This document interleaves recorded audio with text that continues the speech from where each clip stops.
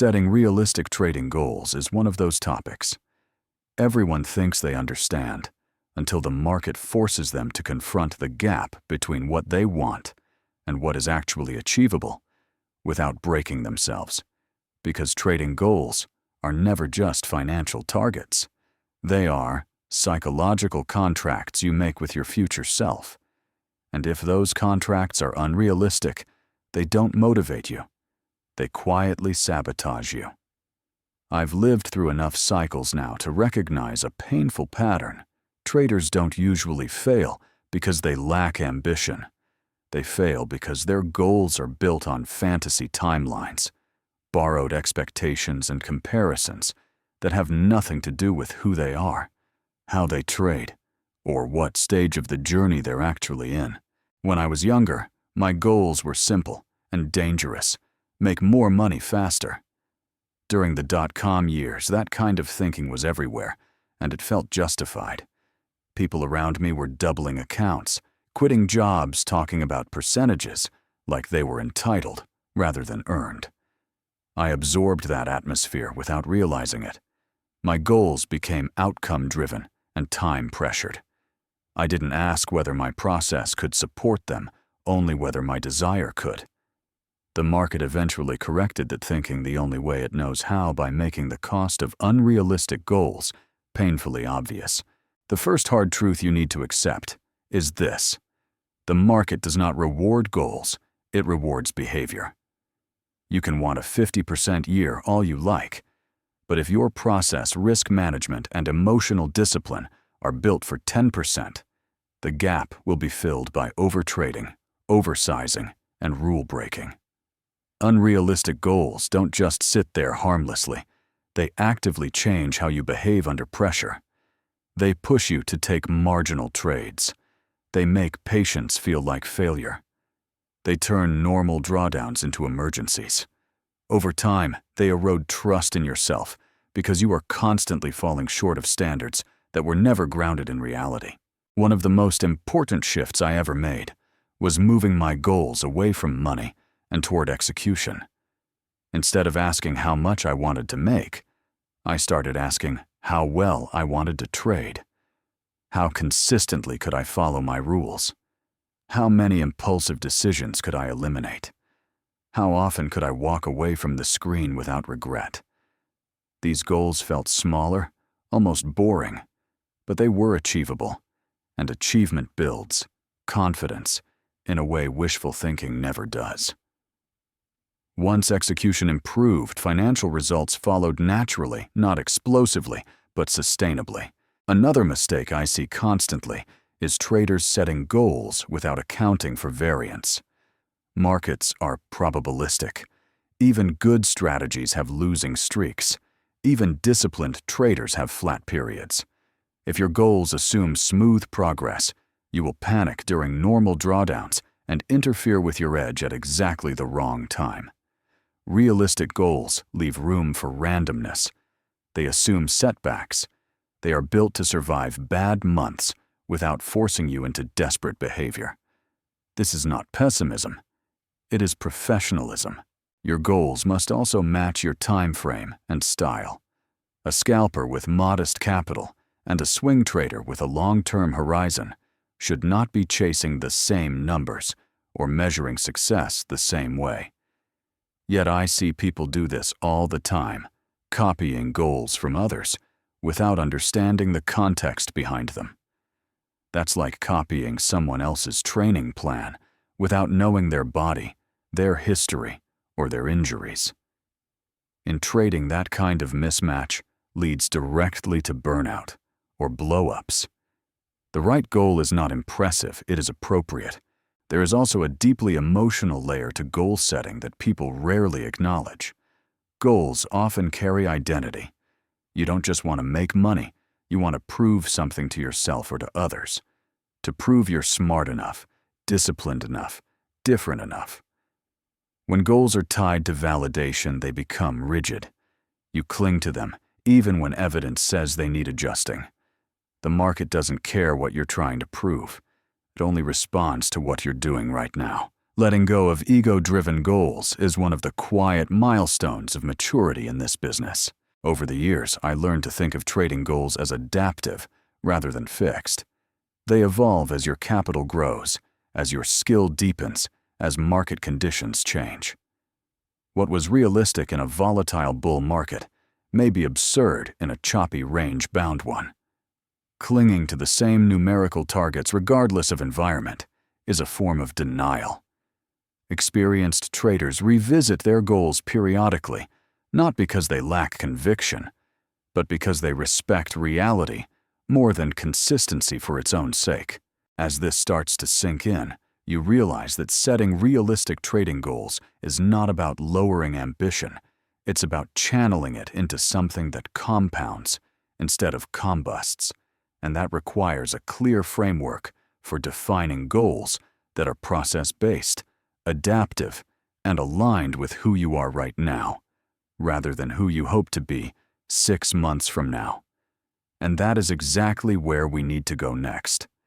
As this thought carries forward into how to actually structure trading goals, in layers how to measure progress without becoming obsessed with P&L, and how to turn those goals into daily behaviors that quietly move you forward, even when the market is uncooperative and results feel slow, because that translation from intention into action is where most traders get stuck, and where realistic goals either become a stabilizing force or just another source of pressure depending on how they are designed and lived with over time. And that is where we continue next, as we move from understanding why goals matter into learning how to build them in a way that actually helps you achieve them, without sacrificing discipline, mental health, or longevity in this profession, by translating ambition into structure, because goals only become achievable when they are broken down into behaviors. You can execute even on bad days, when the market is slow and when your confidence is shaken. The framework that finally worked for me was thinking in layers rather than single targets. At the top layer sits the long-term objective, not a specific percentage, but a direction consistency, capital preservation, and steady growth over years, not months. This layer is intentionally vague because its job is to guide values, not dictate daily decisions. When traders anchor too tightly to a precise annual return, they start forcing the present to satisfy the future, and that's when discipline cracks. The second layer is where realism truly begins. These are process goals, and they are non-negotiable. How many trades will you take at most in a day or week? What percentage of trades must meet your A setup criteria? How much capital are you allowed to risk in a single session before you stop? These goals are measurable and fully within your control, which is exactly why they matter. You cannot control whether the market rewards you this week, but you can control whether you respected your rules. Over time, I learned to treat rule adherence as success and profits as feedback. That mental inversion removed enormous pressure and ironically improved results. The third layer is behavioral, and this is the one most traders skip. These goals have nothing to do with charts. They are about how you show up. Did you walk away after hitting your max loss? Did you avoid trading when tired or emotional? Did you journal honestly instead of defensively? Did you stop when conditions were poor, even though you wanted action? These behaviors feel small, but they compound faster than any edge. A trader who consistently avoids bad decisions will outperform a trader who occasionally makes brilliant ones, but can't control themselves. One of the most important habits I built around goal achievement was redefining progress during drawdowns. Most traders abandon their goals the moment results dip because the goals were never built to survive adversity. Realistic goals assume drawdowns. They include rules for how you behave when things aren't working. Reduce size, reduce frequency, increase review. These are not signs of failure. They are signs of professionalism. when your goals tell you what to do in bad periods. Not just good ones, they become stabilizing instead of stressful. Measuring progress without becoming obsessed with P&L requires intentional distance. I stopped checking cumulative returns daily. Instead, I reviewed performance weekly and monthly, alongside a checklist of process metrics. How many rules were broken? How many trades were taken out of boredom? How many times I followed my plan even when it hurt? This shifted my focus from emotional fluctuations to structural improvement. Over time, the noise of daily results lost its grip, and with that loss of emotional volatility came better decisions.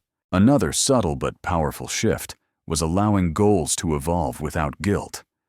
As capital grows, as life changes, as markets shift, your goals must adapt. Holding yourself to outdated targets is not discipline, it's stubbornness. I've lowered goals during hostile environments and raised them cautiously during favorable ones. That flexibility did not make me weaker, it kept me alive. The market is dynamic.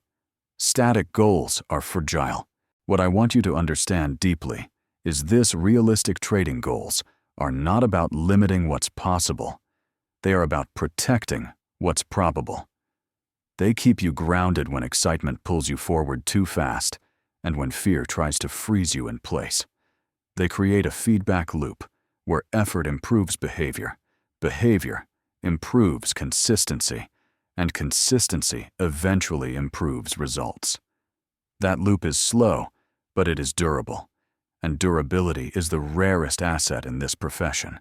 Looking back, every period of real progress in my career was preceded by a recalibration of goals, usually after a humbling experience. I didn't become better by demanding more from myself.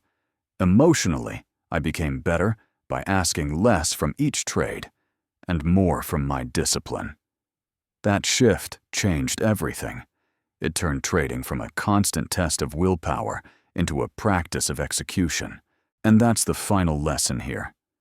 Setting realistic trading goals is not about aiming low, it's about aiming in the right direction. If your goals help you trade better, even when you're wrong, they are good goals. If they make you impatient, anxious, or reckless, they need to change. If this perspective helped you rethink how you set and pursue trading goals, I invite you to subscribe to the channel so you can continue learning from real market experience rather than motivational shortcuts, and leave a comment sharing one process-based goal you're committing to next, because clarity spoken out loud is often the first step toward turning intention into action and action into lasting progress.